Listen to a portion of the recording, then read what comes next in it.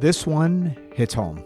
Remember the fires in Sonoma and Napa in October 2017, that beautiful area, wine country in Northern California? I've mentioned it before. My cousin and her family lost their house in Coffee Park in Santa Rosa. So I had a front row seat watching her and her family recover from losing essentially everything. If you don't recall the fires, let me jog your memory. They are typically referred to as the Tubbs Fire.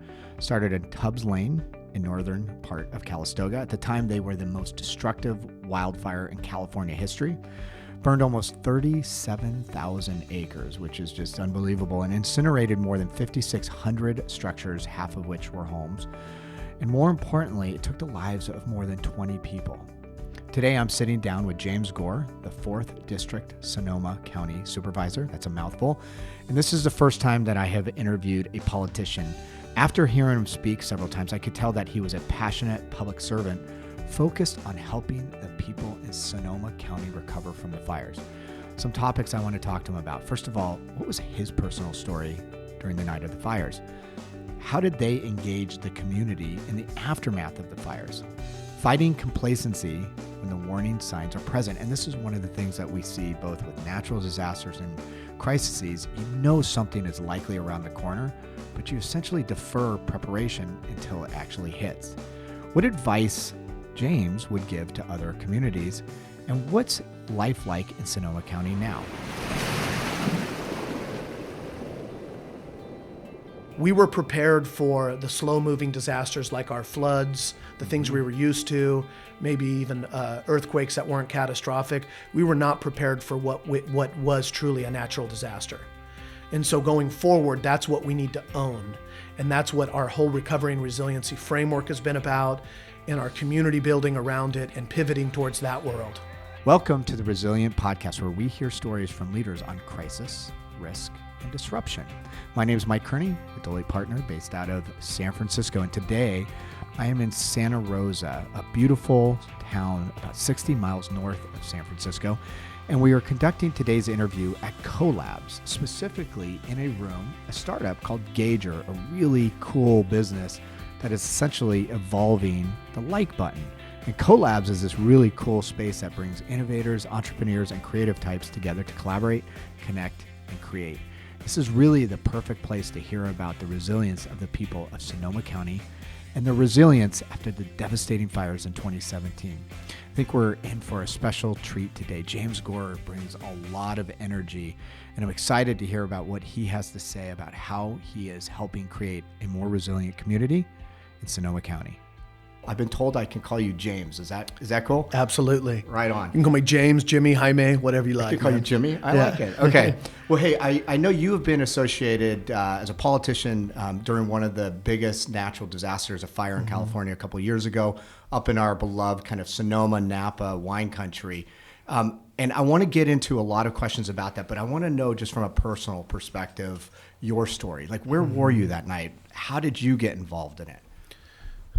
God, it's crazy to think about 18 months ago, how fast it's flown by. And to think about that night is almost like a distant memory to me, but it's not that far away. Right. Shows you how this stuff can just grab you and pull you through a ringer, and it almost becomes a twilight zone of one moment. Response, recovery, resilience. Response, recovery, resilience. But that night, actually I'd been really dead dog sick for the week before. I had strep throat. My wife had me on quarantine. It was the first time in our relationship that she wasn't sleeping in the same room as me, because she's like, get the hell away from me. I don't want to be sick for the next 2 weeks. I don't want to be sick.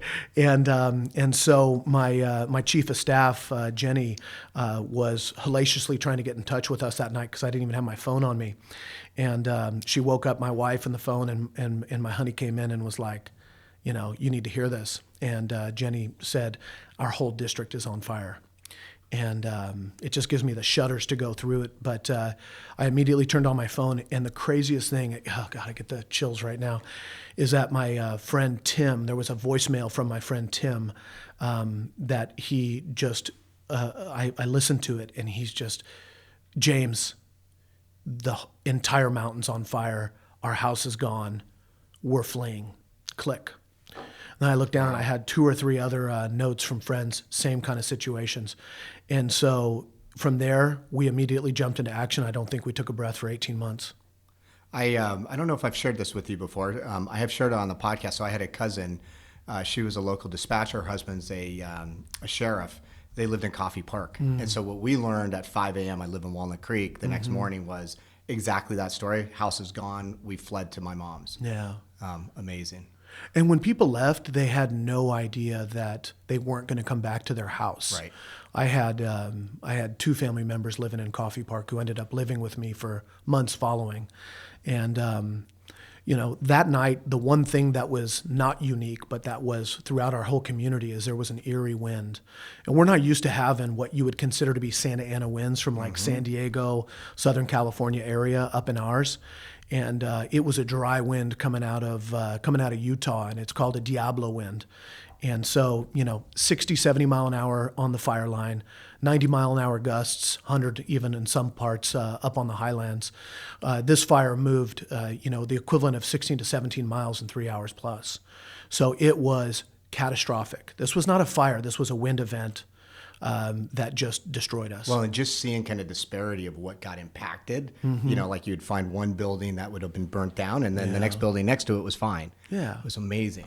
Well, and the heat that it drove too. If you think about it, the fire started by lines, whether those were PG&E lines or personal lines, and depending on the fire. But it's also tough to even call it a fire because there was 120 fires that started that night regionally in the North Bay. And those 120 turned into about 20 medium-sized fires, which turned into 9 mega fires. And they came together, and the wind was moving so fast, it wasn't just like a fire was moving across the hills. It was shooting mortar fire. And I say this very specifically because that's what the fire marshal from Santa Rosa told me, is that when he was driving, after he went to the fire line and turned around and turned on his speaker and was yelling at people, everybody evacuate, sirens full blast, he said there was fires all in front of him as much as 5, 10 different football fields. He'd go up and be like, oh, there's another fire over here. It felt like a fog of war for at least the first 3 to 4 days. Wow. So we're going to get into the fire a lot more, but I want to learn a bit about you. And one of the reasons is I think the context of the leader, their upbringing, who they are, influences a lot of the decisions that they make in a time of crisis. So let's go to who is James? And let's just start with, I know you grew up in this area, but maybe if you could talk about your early years. I'm from here. I grew up in the mountains. I grew up as a kid, not on the ocean, but rather running through those hills and pushing down dead trees and playing in creeks all up and down them.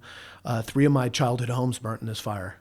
Wow. And it's been shocking to kind of embody this place, and in one degree, be native from it.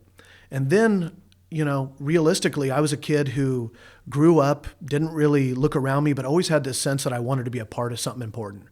My parents always instilled in me and believed in me that, hey, you're going to be a part of changing the world for the better. And for whatever reason, I believed it. And so I've never let go of that. And it led me to a lot of different paths in between growing up and then now being an elected official here. You went into the Peace Corps after college. What drove you to that? And what's funny is I actually sat down at University of Texas. I was down there a couple of weeks ago with some girl that was doing a 2-year commitment. And it was amazing to hear why she was going into it at this point in time. What was your reason? I have to start by saying my dad was a Peace Corps volunteer in like the 60s. Yep. Right? And you would never think that. My dad was a, salt of the earth, grouchy farmer. Right? But here was this guy who grew wine grapes in Sonoma County, studied agriculture, and spoke 4 languages, and was a beekeeper. So he's kind of a wild card, right? Right. And my dad was a difficult man, and when you're young, not a great father, but he was like this inspiring kind of rugged outdoorsman and other things. And so I don't know why there was this allure to it. There was this allure to adventure. I never thought at that time that I would ultimately follow in those footsteps in my own way, but I did. And part of it was because I, having gone through college and getting a degree and doing very well and graduating with honors, I still felt like it was aseptic It wasn't filled with purpose. I wasn't connecting to whatever was important around me. And that led me to public service, which is Peace Corps, which is serving in the Obama administration as a presidential appointment, going to the shadows of our country and leading persistent poverty efforts, which led me to come back home and ultimately run for office. So go back to when you were thinking about graduating college and what you were going to do, because I think this is actually a challenge that a lot of kids coming out of college now have, and we bring a lot of those folks into Deloitte. Was it a moment in time where you said, I actually need to do something that is more purpose driven, or what drew you to that? Because that's not something oftentimes a senior in college contemplates. And it wasn't even a thought process. It was more of an addiction. It was an absolute need. And I think about this a lot, like what is it that drives me? What is it that drives others? I find it to be far more important than what somebody's doing. I don't care if you're a garbage man, an international development officer, a lobbyist, a congressional staffer, an elected official. Why is it that makes you connect with what you do? That's what's important to me. And I just knew what I wasn't connecting with. And I tell that to young people all the time. If you don't know what you want to do, start with a list of what you don't want to do. It's a great way. Absolutely. Because you know that. So a lot of times those things you don't want to do are the natural path. Well, it's the well-beaten path, as you say. The natural path is the one that you look and it says, once you graduate, you've gotten a degree in agriculture business, which is business with winemaking and viticulture. I'm going to go into the family world and grow grapes or make wine or run a wine business and do this. And I'm studying leadership. But for some reason, there wasn't a connection between the two for me. It just was not connecting. It didn't set the hook. So for me, it led off a search down the obscure path that ultimately I had to trust in the fact that I just had to jump in. And the Peace Corps was one of those experiences because I had traveled. I already spoke 3 languages by the time I joined the Peace Corps. I grew up speaking Spanish. I'd studied in Italy. I'd switched my Spanish over to Italian. I loved immersing myself. I mean, that wasn't easy. That's full immersion language, right? And when I went into the Peace Corps, it was like, okay, well, now you got to build something. You want to be a part of changing something, and you can't just stay for the exciting time when it's like a week visiting Italy or even Slovenia or somewhere crazy. You got to stay there. And when you stay there, you figure out the frustrations. You figure out why a place didn't develop. You figure out what are the barriers between communities, the social barriers to whether it's economic development or community resilience, and you really see them in your face. Yeah, absolutely. I want to go back to one thing and then move on. But what you said, I think, struck a chord with me, which is, and this is maybe advice to kids coming out of college, is don't necessarily worry about the job. Figure out the thing that you're connected to in an emotional way, and don't let the job define you. I think that's also kind of what you're saying is, yes, I'm a supervisor now, but that's not who I really am. Who I really am is somebody that's connected to a deeper purpose. People think about jobs as identity. All I look at a job is it's a platform to do something that you want to do. Yep. Right? So even recently, I got elected by my colleagues around the state to be the supervisor, right? Like, so I'm like the head of an officer for, 58 counties and all these supervisors. I don't care. If that's on my resume, whatever. That's not on my gravestone. Right. Who the hell cares that I was the president of the California State Association of Counties? What it allows me to do is go out and slay it with 58 counties around the state and go and work with my colleagues and learn about things like in the Central Valley where Leticia Perez is battling institutional racism as the first Latina supervisor, where Doug Verboon, white family for 6 generations in the Tulare Basin is having their water extracted from the aquifers and shipped into cities out of their areas. These are amazing things that are going on in our country, and that's the stuff that gets me so fired up. It gives you the platform so you can make a difference. Can you talk about what you did at the Department of Agriculture? Strike Force is a program I think you created. Maybe just talk a bit about that. Well, the funny thing about the Department of Agriculture to start with is that a lot of it is not agriculture.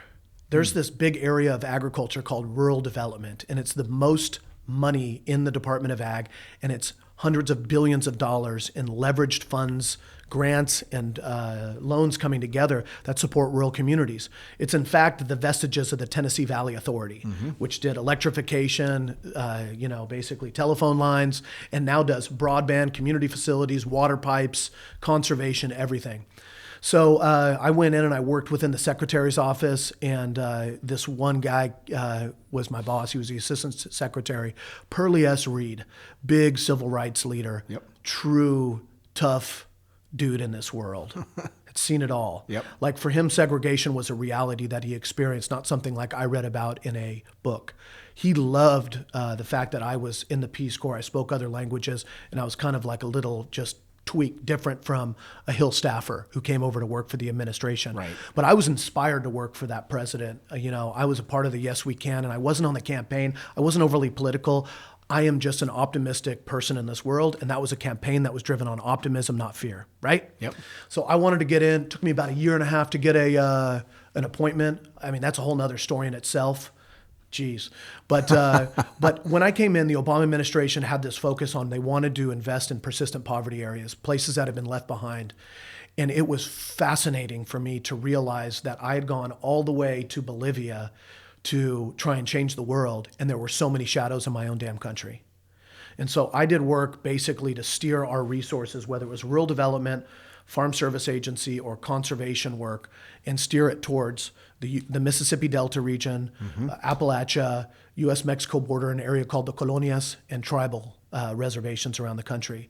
And in these areas, you found what persistent poverty truly was: a lack of hope, which drove a lack of economic development, unhealthy, huge issues all across the board. Opioid issues and oh my God, yeah. Opioid, teen pregnancy, Yep. gang, everything that you could have. I was blown away when I did some research on you, the poverty rate in these rural areas. I don't think I had an appreciation for the extent that it really is. Yeah.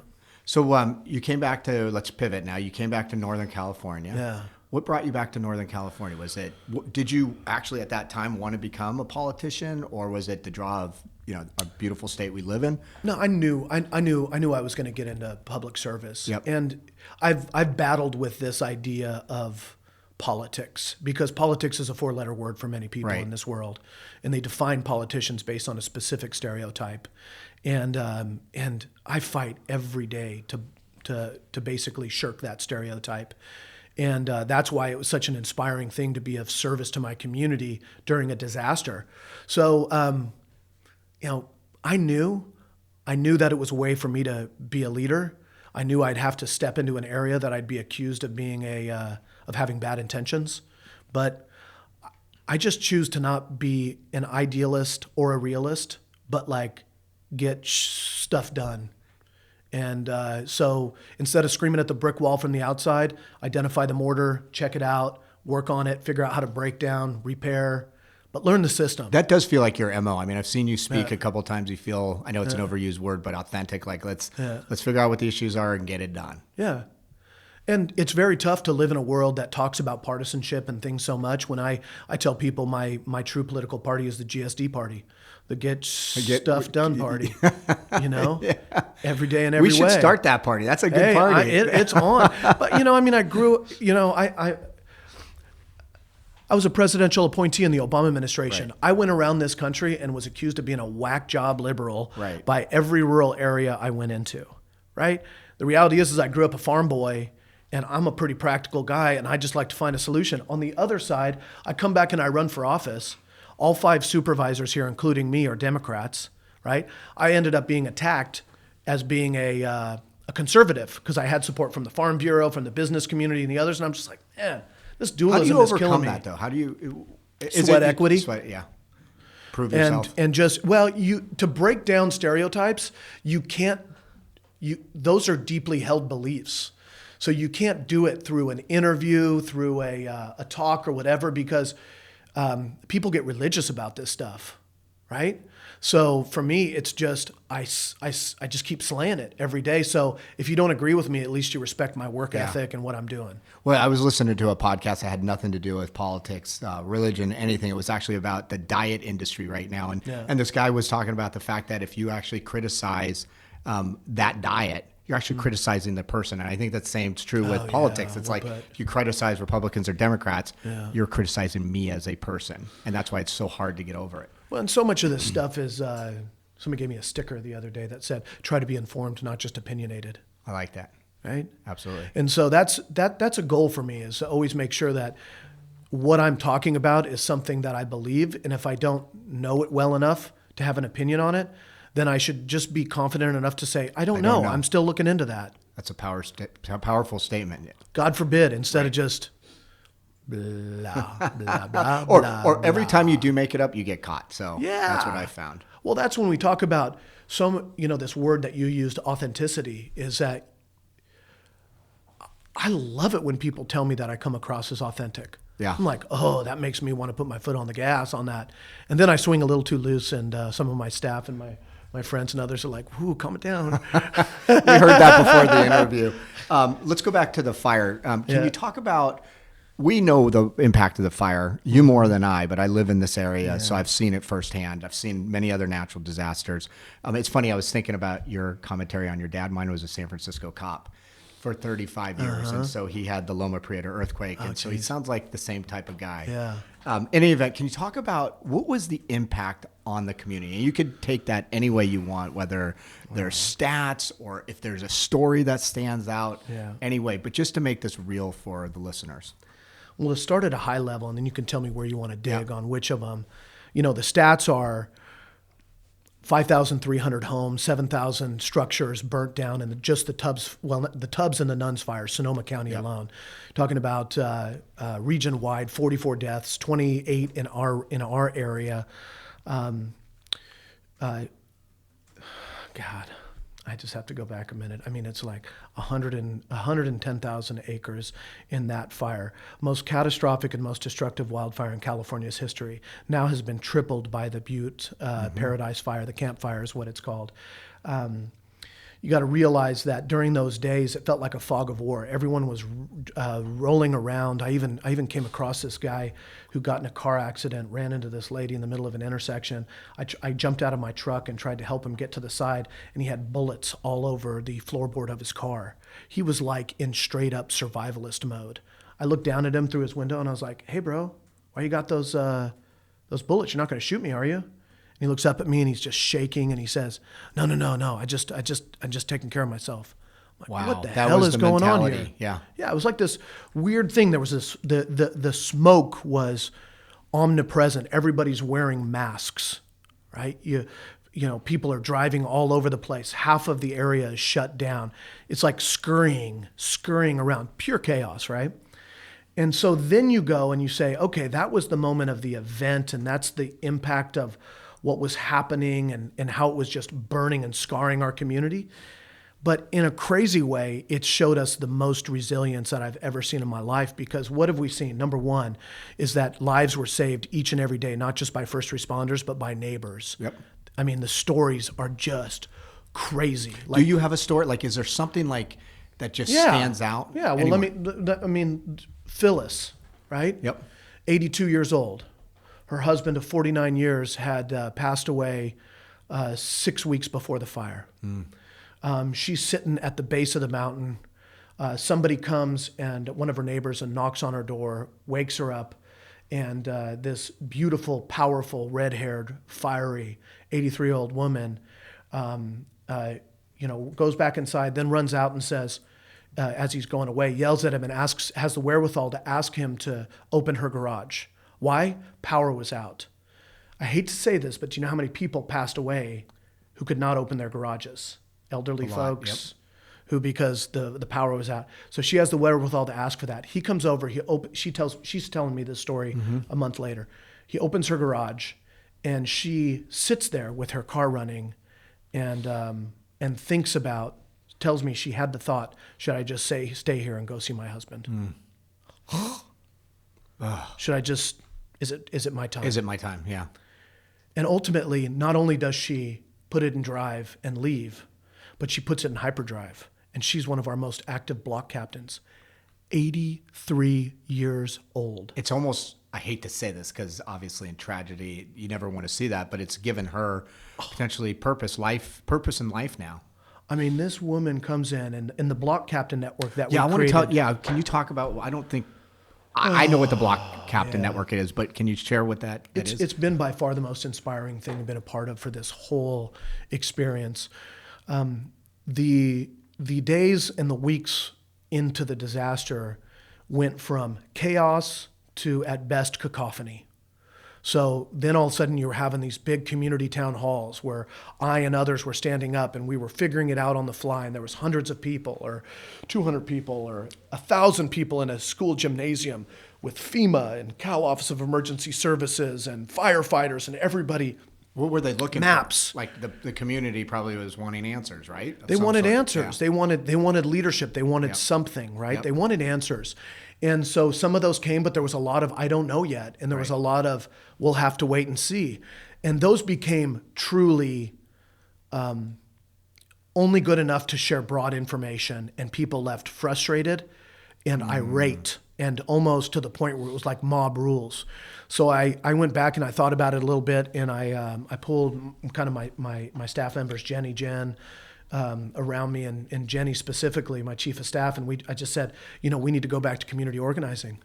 We walked every one of these neighborhoods when we ran for office. We knocked on 50,000 doors. Like, I know every one of these. So we went and printed up the precinct maps. We started to host meetings. I hosted 2 different organizing meetings where I sat up and with a marker drew areas and broke people into subsections, gave them a list of 5 things to do to keep each other's information down, write down who their common insurance was, what their new cell phone was, and basically then self-elect a block captain, and that I would meet with those block captains every week. How many sections ultimately were drawn up? We still meet with anywhere from, let's say, 18 to 20 different block captains every week. Yep. That represent, I would say, about 3,000 homes that burnt down in neighborhoods. And you have this amazing stuff. Like Mike Holdner has went and inventoried everybody and was able to get a bulk builder to come back into Mark West Estates, and one builder is working with 80 people to rebuild their homes. On the other side, you have, Brad Sherwood and some of their friends who actually worked with us and advocated, and we put sewer back into a neighborhood so that they can rebuild with accessory dwelling units, build more hardened, do other things. You have across the way Coffee Strong, which we helped organize and create, and then they created their own entity and still work with us, but they were like, we'll take what you're doing here, you're organizing, and we'll organize our own.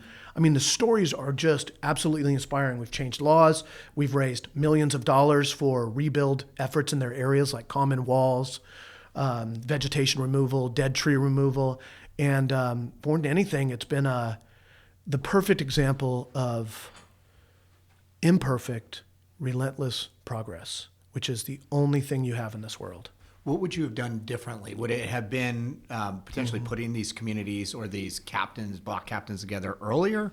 How would you have gotten out of that, everybody frustrated when they came together? I think it needed to happen. You do. So that's part of the normal process. I hate to say it, but there's once again, as I mentioned, there's nothing perfect but imperfect, relentless progress. And I say that a lot. And people will forgive you imperfection when you're going through that moment. If you let them know, hey, we're working our tails off to try and do the best we can. We don't have all the answers. What they don't want is you to be fake. Right. Well, I would also imagine with these block captains, you essentially, every one of those examples you gave were different. And it was specifically based, I'm guessing, on their needs in their area. Yeah. And you empowered them to a certain degree to use their efforts to help solve the problem.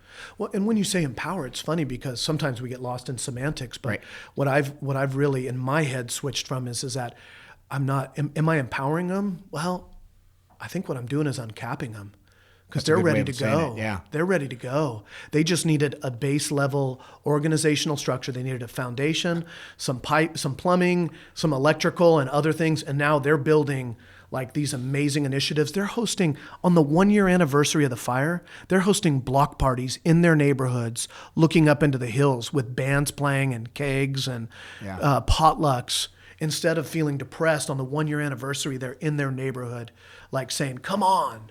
I love that. There's so many ways that we could go with that, but just going back to that point about you kind of untapping them, in many respects, what we've seen in natural disasters is people from the community, outside the community, just want to help. Yeah. And what you probably did was directed their effort so that they could be most productive.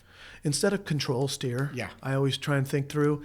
And, at the beginning, you were talking about leadership. And it was a great example throughout this process, not just the block captains, not just the communication in town halls, but also this other aspect, which was the updates that we were doing during the fire.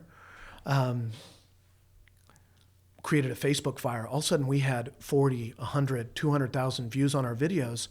And I was shocked, but not super shocked, but because we were leading through followership. We were doing what we would want to see, Right. you know? Yep. So instead of me giving a speech, hey, everybody, here's James Gore, I would go every morning and meet with the battalion chief for CAL FIRE and then his other one for the other fire, and I would interview him with the map. And he would go through, and all of a sudden these Facebook posts had, 1,000 shares. And I had stories coming back to us like where my friends, the Hafners, said that they were trapped in Alexander Valley. They didn't have anything other than a telephone. Their daughter was watching our Facebook videos of where the fire was from her study abroad program in Spain and calling them on the telephone and dictating it to them. And so people were writing like, the news isn't giving us any information. We don't know where the fire is, what's happening, what's going on. Keep doing this. And then people started to write, what about Lake County? What about, Geyser Peak? And so the next morning or the next afternoon, I would go ask them, and the firefighters and the emergency managers who didn't have the chain of command to be able to speak, I would just have them speak to me, and then I would try and do it verbatim and point it at a map. So as much as people look at me as being a great leader in that moment, I was trying to be a great deliverer for what people needed. Right. As opposed to, in my mind, what do I need to give a speech? What do people need? Right. Well, and instead of you sitting up there pontificating, you connected. I mean, that's essentially what you did. I love the use of social media. It's a great example. Well, in a world of fake news, Right. It was fascinating to realize that social media can be used as real Something news productive, in an incident time like that, and that it can create a feedback loop. If I was just posting those videos and I didn't know that the first day it was 1,000, the second day it was 5, the third day it was 10,000 views, and 100 shares, 200, 500, I might have not kept doing it, right? Because I don't know if people are really receiving it. Right. So there's some strange case studies, I would almost say, that have come out of this that really need to be refined, replicated, and shared. I'm dying to know that. Did you what brought you to, hey, I'm going to jump on, I'm going to interview the battalion chief, I'm going to throw it up on Facebook, any other social media? Was it kind of in the moment, or is this something actually you gave some thought to if something like this ever happened? It wasn't in the moment. I'd like to say it was, but as much as we're talking about a fire, we're also talking about, since I started running for office, we have gone from historical drought, with the driest year on record in the history of Sonoma County, to historical flooding with the wettest year in the history of Sonoma County since 1850, right? Was that 1846. Is that this year or 2 years ago? That was 2 years ago. I remember that was Then we went to catastrophic wildfire, most destructive wildfire in California history. Right. And now we've had another more historical drought than Right. we had 2 years ago. Right. One of the things that I've realized during those moments, in a strange way, sometimes you think that the world sets you up in the way that it needs to, is I was going around with my team doing those kinds of updates during floods and other things. And all of a sudden you'd get like 500 Facebook friend requests when you were doing flood updates. You're like, oh, people want this. Right. And then there was a different fire in between those two. There was the sulfur fire, and we were worried about the entire community of Cloverdale and Geyserville. And I got another, I got another 600 Facebook friend requests during that time, and 1,000 followers. I'm like, Jesus. And then came the mega fire, and it just was natural. It's almost the platform you built taught you what you would do in a situation like that. Yeah. What about James? One of the things we see oftentimes during a natural disaster is people flooding in to help out, volunteers. Yeah. It's oftentimes hard to use them. So the couple questions that I have is, how did you best leverage them? Or if you've got any lessons learned, insights. And then we also see kind of a precipitous drop off. It's like when it's out of the news cycle, people aren't paying as much attention. And that's really when you need some of those volunteers. Maybe if you could just talk about if that was an issue or not, or what you saw. Well, it absolutely was. I mean, donations, number one. That's We've got to real. realize that there was a lot of people who even used money to buy stuff to try and bring in. And we had to plead with people to, if you're gonna give, which we really need, either put money into a fund that we can use strategically, like the Redwood Credit Union Resilience Fund, the Tipping Point Fund, and all these others. I mean, there was about $60 to $80 million that came in philanthropic wise for our catastrophe. But at the same time, it was, I want to help. And sometimes the best way you can help is to get out of the way. I hate to say it, but that was what I had to learn for me too. Mm-hmm. So you have to, so this is really a part of being a resilient county and a resilient community from the front end. If you haven't practiced this stuff, if you haven't planned for it, if you don't know who's running the shelters, if you haven't talked about which community-based organizations, which NGOs are going to be running donations or other things like that, then you have no way to manage that. And so that's what I feel like we were not prepared for. We were prepared for the slow-moving disasters like our floods, the things we were used to, maybe even earthquakes that weren't catastrophic. We were not prepared for what was truly a natural disaster. And so going forward, that's what we need to own. And that's what our whole recovery and resiliency framework has been about, and our community building around it and pivoting towards that world. Hey, I got a question though. You've gotten religion because you went through the fires. Yeah. What do you tell a community where there's all the warning signs? And actually, you know what? I was going to ask you this later. I'm going to use this quote that you had. The complacency that existed in our community prior to this cannot continue, which that is not an aberration. I mean, that's what most communities probably feel, even though, like, I always talk about the fact I went through the Loma Prieta earthquake. I'm not sure if I'm any better prepared now than we were back then. How do you get communities to focus on this before it happens? Well, shock value is one thing, right?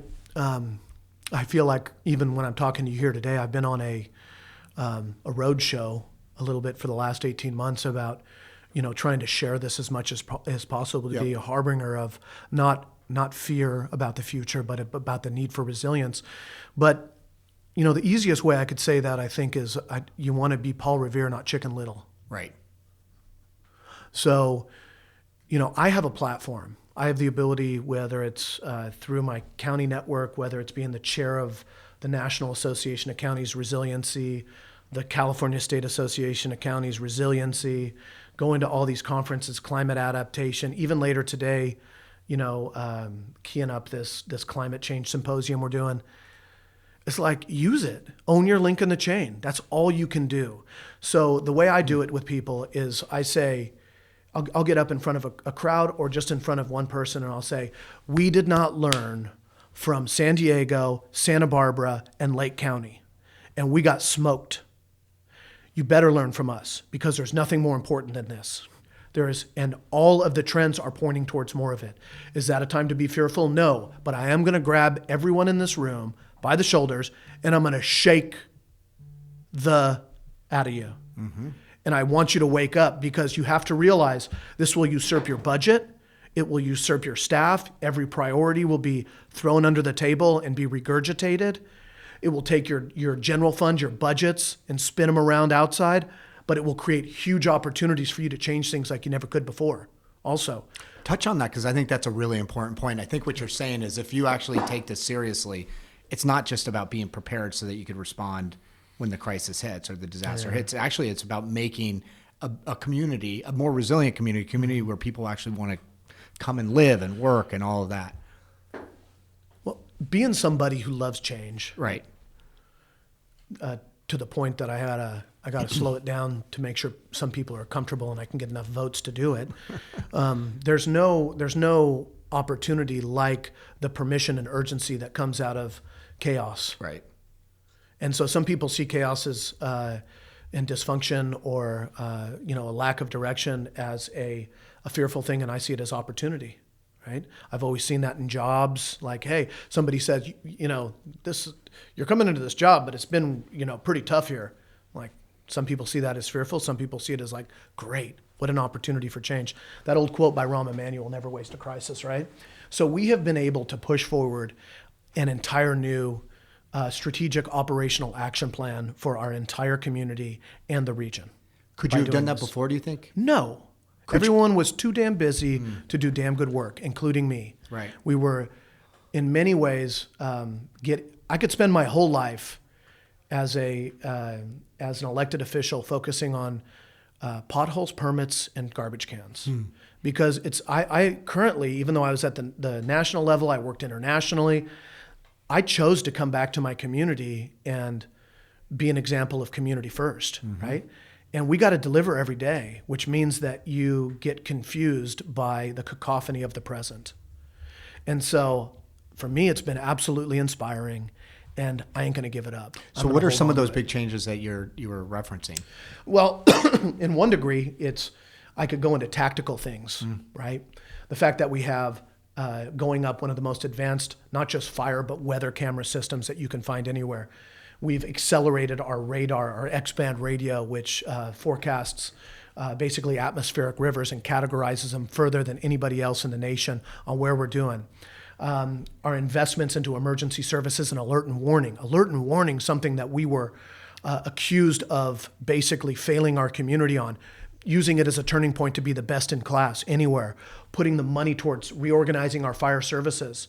I mean, we have done in 18 months more than it would have taken us a decade to do all of these things on preparedness, mitigation, management, adaptation. On the other side, this opportunity to really get back into the culture of national preparedness and not use it as a fear-mongering, but remind people that no matter how good the system is, the government, the nonprofit, is not going to save you. If you live in an area that has risk, and I dare you to find an area that does not have risk, Some sort. you got to at least think about it. And so as much as I talk about the government and what I'm doing and other things, I also got to go home and make sure I have a go bag. When the floods came up this 3 weeks ago, I got an evacuation order for my house. I didn't think my house was going to flood, and it didn't. But do you think I'm not going to heed that warning? I'm not going to use it as an opportunity to get, my wife was out on travel. I'm not going to use it as an opportunity to, as a dad, go get our papers, get my kids loaded up, and go figure out what we're doing. Absolutely. And teach them during the process of what we were doing. We're leaving because of that water. Yeah. What about on a community level? So you've talked about a lot of things that you've done to respond, to be better prepared for the next fire or whatever it may be. You also talked earlier about the community coming together, the 1-year anniversary. Has there been things that you've done at a community level as well, whether it's housing or jobs or other things that you've done to recover that you'd like to profile? Yeah, and the first thing, I'm glad you mentioned this, is because what we did is we created the Block Captain Network. Yep. And then it promulgated, it spread into the other regions, my 2 colleagues who represent areas that were burnt out as well. And so it's great to see these things, the good kind of infection, right? But what I used it as an opportunity to say, okay, we need to not just have a Block Captain Network for the area that burnt, but we need to create a resilience network. And so we now have, on the other side of the Block Captains, we have 15 different communities that we have been organizing around COPE and CERT, citizens organized to prepare for emergencies, citizen emergency response teams. And so we have gone out, even without funding, just to get Fitch Mountain, Mill Creek, and Northeast Geyserville, which are the 3 that are just leading the charge. They're testing air horns, they're cataloging inventory of who has elderly parents, who has water sources, right? They're doing all this stuff, and then we have 15 more that are coming up in different areas of it. So that's where you reach into resilience. And the only way you can do that is by empowering people to have power or to uncap them. Yep. Because if I try and do it all as a county supervisor or somebody as any elected official or a leader, that is not a movement. I cannot be a movement. Right. It has to be. You can't tell somebody to do something that they otherwise don't. So want to now these groups, in a beautiful way, are pressuring me and my staff to do more. We want more. We want more funding. We want more education. God, what a great problem to have.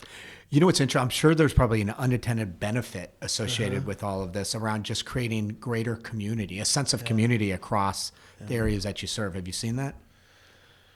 These are probably people that haven't talked to each other, honestly. Well, you know, the first thing is that the people who are moving back into their neighborhoods didn't know their neighbors before, because in many ways we all know we live in a society where a lot of people in bedroom communities go back into their bedrooms and check their iPhones and watch TV instead of get to know each other. And they're at the point where they are straight up like telling us, I didn't know my neighbors. We're going to be having Christmas dinner together for the next 30 years. On the other side, the resilience folks are like, I never knew my neighbors, but now I feel like I know Bob, I know his elderly mother lives out there, and I got their back. And it's not about resilience, it's about community, which is resilience. Well, and also attracting people back that potentially could have left, right? Oh, yeah. Or people that you're always looking to grow the community and bring new people in. That's what you want. Well, and as much as we're talking about the passion and the inspiration and all the good examples, we can't leave out, you know, those who we've lost during this process. First and foremost, these harrowing stories of those who lost their lives, or the people who are still in hospitals with 65% of their bodies burnt that aren't talked about anymore. We also can't forget to talk about the fact that of the 5,300 homes that were burnt down in Sonoma County, 40% of those were occupied by long-term renters. And only 29% of renters had rental insurance, which means that the renters are screwed and they just disappear. And they, as FEMA housing folks have talked to us about, and we've talked to the renters, they kind of are a funny bunch that just kind of says, well, I'm screwed. Then you got this whole other group that, 60+% of the people who were homeowners, who had homeowners insurance, are underinsured by an average value of $200,000. Some insurance companies have passed full court policies to say, we'll give you 100% of your building, we'll give you 100% of your contents without a contents list, and we'll make your ALE, your alternative living expenses, a lump sum instead of holding you to a 2-year rebuild timeline. Other insurance companies don't make policies, and it comes down to every person rat-ass negotiating with an adjuster. And, you know, this isn't good or evil. This is about clarity, and it's about accountability, and it's about trying to get it done. So we are pushing so many reform efforts, state, national, local, and the reality is that this needs to be a priority, not just for me, but for everyone. Well, it's also probably a good reminder to everybody out there to go look at your home policy. I'm sure you've heard a lot of stories like that. Like, are you really covered? Because that's one of those things where you sign up for it, you know, you file it, and you don't think of it until you need it. I know a guy in Coffee Park who came up to me, Roger, and he said, James, 4 months ago, I got a note in the mail from my insurance company that asked if I wanted to pay an extra $29 a year for an inflator on my homeowner's insurance to allow for cost of living adjustment. He said the fact that I checked that and marked yes, that $29.99 got me $230,000 of extra money. It's amazing. And that's one of those things you just don't even really think about. Like, that's kind of luck of the dice. Do I check it or not? Yeah. Or do I see it? Well, and there's some people who want to jump to the other side and say, well, we need to overregulate. We need to pass all these laws. And you're like, man, if you pass all those laws like in that way, those companies will leave. Because we have another issue, which is insurance companies saying it's too high risk for us to insure people in those areas in the future. So then what do? Do you allow people to live into a high hazard zone area and create a public insurance pool? We've seen those in other states and in other areas, and I haven't seen them run very good. Right. So there's these funny things. It's like this balance. Once again, it comes back to, on that side, there's many people who would say you need insurance reform, and I come back and say, yeah, but what you need is transparency and accountability. Absolutely. You need to make sure that when somebody signs something, it's about, if it says full coverage, it really means full coverage. You don't need to say what full coverage has to be to put insurance companies out of business. Right. You need to make sure people know how much it is, what they're paying, and what they would get in return. Can't have every policy have a different definition based on what the public adjuster perceives it to be from 5 different insurance companies. Agreed. What about the impact of the fires on business, especially small business, and how have they come back? Like, what's your thoughts on that? It's like another, like, we could do a whole nother episode on well, no cause without effect, right? So the first thing to realize is that some government programs work and some just don't. Yeah. Like, I could go into this for years, but on our homeowner side and some of our business side, they call the small business loan program, the fictitious loan program.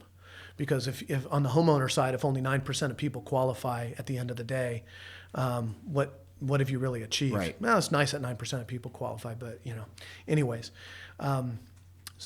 let me stop that and go back to your actual. Let me ask a question. Businesses lost it. Yeah. There were businesses that have no way to recuperate those losses. And I'm not talking about the ones that were burnt down. I'm also talking about the fact that it was the heavy part of tourism season. People took hits of $100,000 to $500,000 more, and they just got to eat it and go on. And no one's screaming and trying to help them out. On the other side, you have businesses that have been created out of nowhere. And it's crazy to think about, the dearth of resources for one area creates a surplus for others. Our debris removal process, which was more debris removed than the entire 1906 earthquake, was a $1.1 billion debris removal process. So we fought to get good wages and local priority for all of our companies to remove that debris. So there's contractors, there's truck drivers, there's backhoe folks, there's laborers who had a better job and more money in 18 months than they had in the last 10 years. How crazy is that? Yeah. Once again, it's opportunity out of crisis. Yeah. So, there's loans out there from the SBA that work pretty well for small businesses, but the good thing about business people is they're used to adapting. Right. And so as much, they don't scream as much and complain as much about the inequities that exist. They kind of just bootstrap, or they get screwed. Like my dear friend, Ann, who lost all of her business and had to shut down her B&B and sell her lodging. What about housing? Housing was an issue before. It's probably a bigger issue now. Actually, I know it is. Yeah. What are you guys doing to rebuild? And then also maybe if you could intertwine in that response, rebuild in a more resilient way. Yeah. So we had a housing crisis before, and it turned into a housing nightmare. Right. After. We had less than 1% vacancy, which means really functionally no vacancy rate in Sonoma County. And in one degree where the insurance companies would not, there's been issues about full payment to people for rebuild, where they were very generous because they had to be, but is paying people rent locally. So you had houses that, because of anti-gouging and price gouging laws, if you had a house on the market beforehand and it was $1,500, you can't escalate it more than 20% afterwards. Mm-hmm. But if you didn't have a house on the market before and you said, oh, well, I'm going to rent this out, there's people who are renting those houses out to insurance companies for $6,000 to $8,000. Wow. There's insurance companies that are paying up to I've heard $16,000, $18,000 for people who are living in really beautiful big houses up in the top of Fountain Grove and the mountains that are renting them out. So it just throws everything into flux. It's funny money, right? And so on one side, it just is crazy. And what we did, we also did this very in-depth survey that showed that we have really 10,000 people in the county who are on kind of the cusp of homelessness. And we all know that if people fall into homelessness, it's very hard to get them back out because people cannot progress when they're in an unstable environment without rest, without care, right? Right. So 5,000 of those people are a direct result of the fires from our studies. And so we're doing everything we can to do rapid rehousing and get things done right. On the side of rebuilding more resilient, the thing to realize is that already California code is one of the highest in the nation in terms of building resilient with fire sprinklers in appropriate areas, fire-safe roofs, CAL FIRE requirements on roofs in the WUI and the wild urban interface area. And also this fire burnt down houses and melted aluminum, which means it burnt at more than 1,650 degrees. Yep. Right? So you have this crazy kind of dichotomy where you say, okay, some people are like, well, I need every house here to be built back so that it could withstand a fire. The real issue is the legacy houses. Mm-hmm. The fact that 90+% of the houses out there, 95% plus, did not burn, and those are the ones that are not up to code. So you have a large degree that are going up to code, which is a very good thing for all of us. You have quite a few people who are going above and beyond that. And we're actually trying to provide, coming up in the next 6 to 8 months, a home hardening program for those legacy homes and also home rebuilders so they can build, basically to withstand these kind of elements. And also try and find the right kind of incentives, both from the carrot side and also the stick side on regulations for vegetation management so that people have to have defensible space. Right. Once again, this all comes back to personal accountability and responsibility.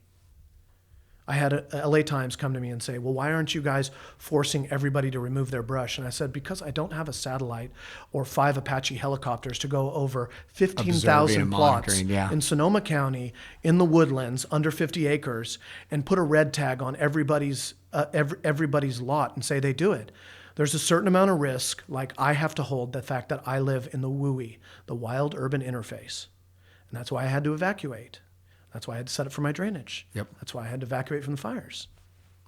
Interesting. What about a couple last questions? Yeah. And we've touched on this, but I don't know if you've got an additional take. And that is, there's oftentimes this gap between people think they're prepared. And I actually see this in corporations all the time. We talk to CEOs and different type of crisis, not natural disaster, but they're always like, we've got it, until the crisis hits and they don't got it. Yeah. What do you think's behind that? And is there anything that you could think that could be done? And it goes back almost to the question that I had earlier about, certain communities where they see what has happened in Sonoma, and they know that they're at risk, but they just don't do anything. Is there anything more that we can do? And this is a platform to share, to convince them that something needs to be done. And you're probably not as prepared as you think you are. You never are prepared. God, I love that you're saying that, because just bingo. Yep. Ding, ding, ding. First thing is how many people have a plan? Not a lot. When you may have a plan. How many companies have a plan? Well, and what's interesting, you could have a plan. Plan means nothing, because oftentimes they're put and they're on a shelf or on somebody's laptop. Or they're given enough energy to do a cursory training once or twice a year where, you identify people in different organizations, different parts of your company, your government, your office structure, and they put on fluorescent vests and they show you where, like at a school, where you would evacuate to. Right. That's about the gist of it. Our emergency management division before the fire was considered to be very high level around the state in terms of preparedness and their plans. Our fire was in our hazard mitigation plan. Let's put it that way. Yep. What wasn't there was the emphasis, the energy, the fact that emergency management department or a security group cannot be an adjunct to all of your work. They were a bunker before.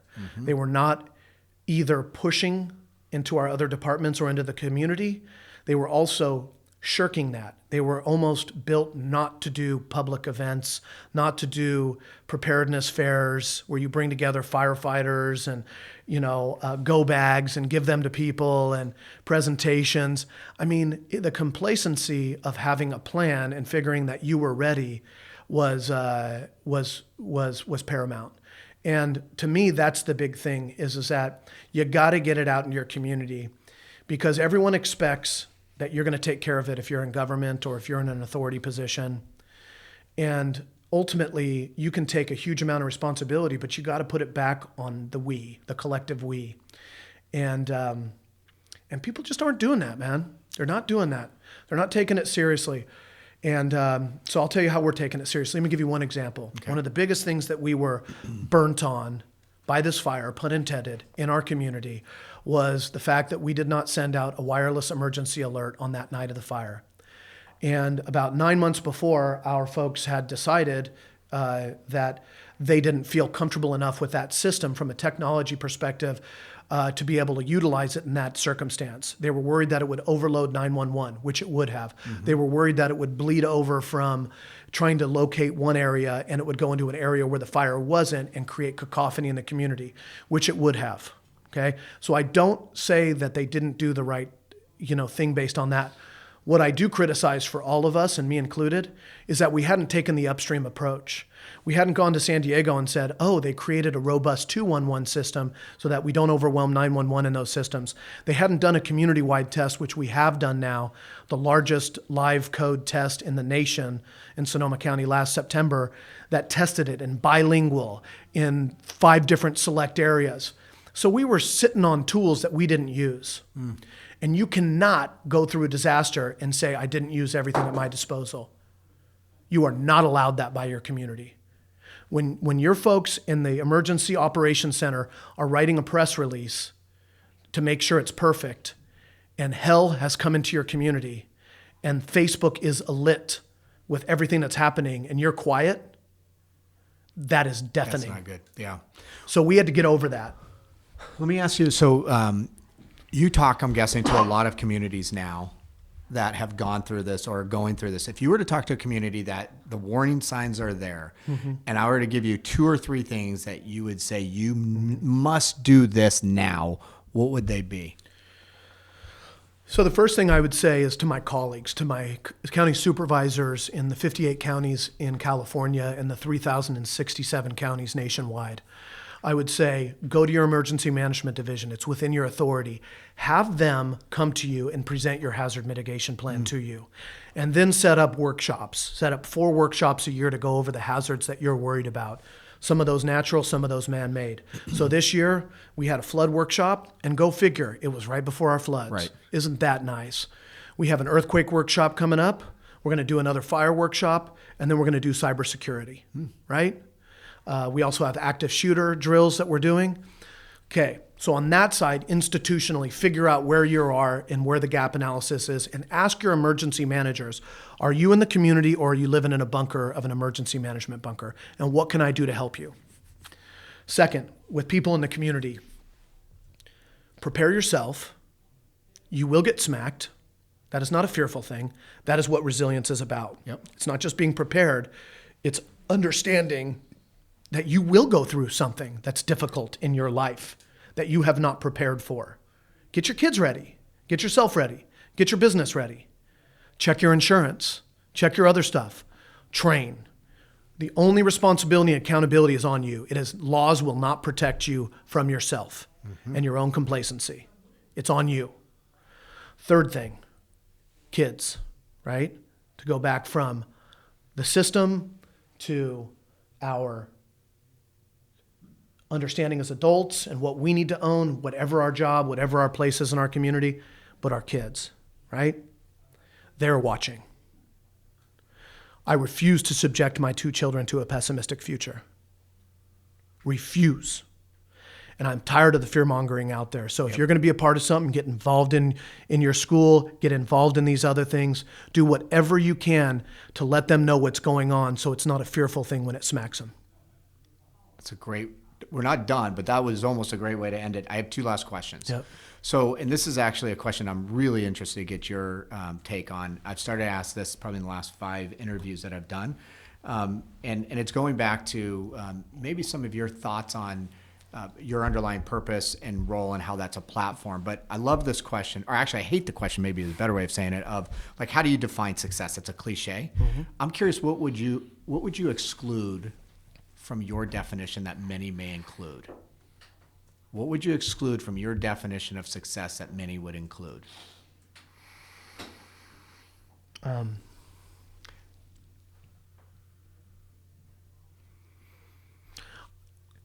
would exclude the details.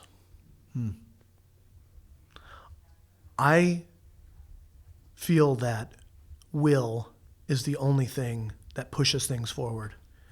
And I feel that it's all backwards. I am deductive, not inductive in that sense. Everybody thinks that success and that success, whether it's personal, societal, whether it's emergency preparedness, is because of the plans you form, is because of the details you do, every transaction you've put together, the strategic plan you've developed, the money you've set aside and all these other things. And I actually feel like it's all backwards. I feel like you have to embrace the energy of what is surrounding you. And the trend line of what the world is showing us right now is that we are under duress. So there's no better time to be resilient. There is no better time to focus on resilience and for us to have this conversation and be a part of this movement. So embrace that energy, and it will lead you down the path of what you need to do. There's a very Zen-like live in the moment and realize everything that is there for you to be successful in the moment and not intrinsically by, like you said, money or how much you got in the bank or your role or what have you. I thought I stumped you on that one. That was one of the more interesting answers that I've gotten. Last question. So the name of the podcast is Resilient. What would you say are some key characteristics of a resilient individual? And it could be somebody in politics. It could be just a person on the street. It could be somebody in business. It doesn't matter. And then is there somebody that stands out where you'd say, and I'm sure you've got a lot of good stories or people, is there somebody that really is emblematic of that resilient system of values? Resilience has started to get this interesting cachet. It's almost overused. It's almost, and that's the name of my podcast. Which the new sustainability. Yeah, exactly. Yes. And people call me Captain Resilient now. Yeah. Okay. Right? Because I'm chair of the Resilient Counties Initiative, chair of the California State one, on the Resilient America Roundtable. Can I actually, when we describe this podcast, can I say I'm interviewing Captain Resilience? Yeah, absolutely. Capitan. I'm sorry, I had to say that. No, I love that. So, a lot of people think of resilience as being able to take a punch. I can keep going. Yep. I can keep going. I see it as I can take a punch and I can punch back harder. I take that energy. It's not boxing, it's judo. How do I take your energy and put it back into the world, like in a better way? So many people think about like, I'm getting bruised and I can take so much and I can get beat on. And back to this point that you and I talked about before is that for me, this energy is in our community, right? This fire burnt us. I cannot take that energy away, but I can either use that fire and let it continue to smolder and create more ruins, or I can forge something out of it. I can take that fire and I can be a blacksmith, right? So use that energy, steer it. That is true resilience for me. And who do I think of? Why does Muhammad Ali just throw into my head, right? I don't know why, but it just does. On the other side, Opal May Gore, OMG, my little girl, right? Jesus, she just inspires me. Her and my little Jacob, they're running around. Kids are the most resilient people out there, oftentimes. Yeah. How old are your kids? 7 and 4. 7 and 4. I want to make a comment really quickly, and then we'll close this out. I love asking that question about resilience because I hear a different answer every time, and sometimes there's like a nugget. And what you gave me was actually a gift. It's the cliche answer is you get knocked down and you come back. And what you're saying is you get knocked down, but you harness that energy, and then you give more energy in a positive manner in whatever you do. And I actually think what's ironic about natural disasters or crises, it goes back to that community, I guess, coffee park where they held, that potluck 1 year after. Yeah. And in some respects, they may say, while we went through hell, in some respects, our lives are better now. Which is crazy, I think, in some ways. I don't know if you So agree let's define for you. I love that. You just gave me the chills, and I love to chase the chills because that means I'm connecting with what's important in this world. So there was another potluck the day before at Mark West Estates, okay? I go there. I'm talking with people. We're milling around. One day before the anniversary, heavy winds, giving people all kinds of flashbacks. 35, 40-mile-an-hour winds. Day before the anniversary, the 1-year anniversary. I look around that area, and a couple things I saw during that moment. 1, people smiling and hugging. 2, a couple people pointing up at the mountains having wind. 3 people, 2 ladies and a guy standing over in the corner looking at the wind with a glass of wine in their hand and basically having Lieutenant Dan moments from Forrest Gump. like looking into it going, come on, Come on. Yeah. When he's on top of the boat, is that the come on. the hurricane? Yeah. And then We I could hear take it. this song playing, and it's We Didn't Start the Fire. And I go over to somebody and I'm like, what the hell, are you playing this song on purpose? And this gal shows me, she says, yeah, look at this. She's got on Spotify. It's called Tubbs Fire Resilient Playlist. Her playlist for their 1-year anniversary is We Didn't Start the Fire, Burning Down the House, God Take the Wheel, I Hope You'll Dance. 15 other songs. How cool is that? And the community coming together, and they probably would not have had some community event like that a year before. That's awesome. 72% of the houses in that neighborhood are rebuilding, the highest rate I've seen anywhere. You know why? Because they've come together as a community. They're not rebuilding as individuals. That's resilience. What a great way to end it. Yeah. James, thank you. Thanks, man. Wow, that was incredible. That last couple minutes, that was great. James, thank you for your time. The hair on the back of my neck is just standing up. That was awesome. So thank you. And thank you to all of you who subscribe and listen to Resilient, a Deloitte podcast produced by our friends at Rivet Radio. I love saying that. You can find us at Deloitte.com, or you can visit your favorite podcatcher, keyword Resilient. When I talk about podcatcher, I mean things like iTunes, SoundCloud, Google Play, even Spotify. Check out some of our previous episodes, great interviews with CEOs, board members, and other leaders, now a politician. If you like these conversations, and specifically if you like today's conversation, check out my interview with Mark Riley, at the time the Deputy Director of Disaster Recovery for the state of Louisiana. He was instrumental in helping Louisiana recover from Katrina and several other natural disasters.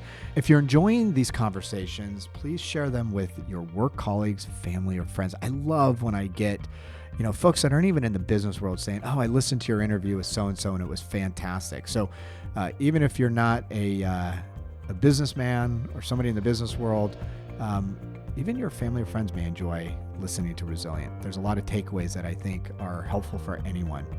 And I'd be extremely grateful if you could spend just 1 minute providing us with a rating. Ratings play such a large role in how much the podcast gets promoted in places like iTunes. And speaking of iTunes, we're almost at 100 ratings. And God, I would love to get there. So anything you could do to get me there, greatly appreciate it. Also, if you have any comments on today's episode or recommendations for future guests, hit me up on LinkedIn or Twitter. Twitter, I'm mkearney33. LinkedIn, pretty easy, Michael Kearney with Deloitte. Let me close this out with a quote from Nelson Mandela that really sums up the strength and resolve of the people that were impacted by the North Bay fires. The greatest glory in living lies not in never failing, but in rising every time we fail.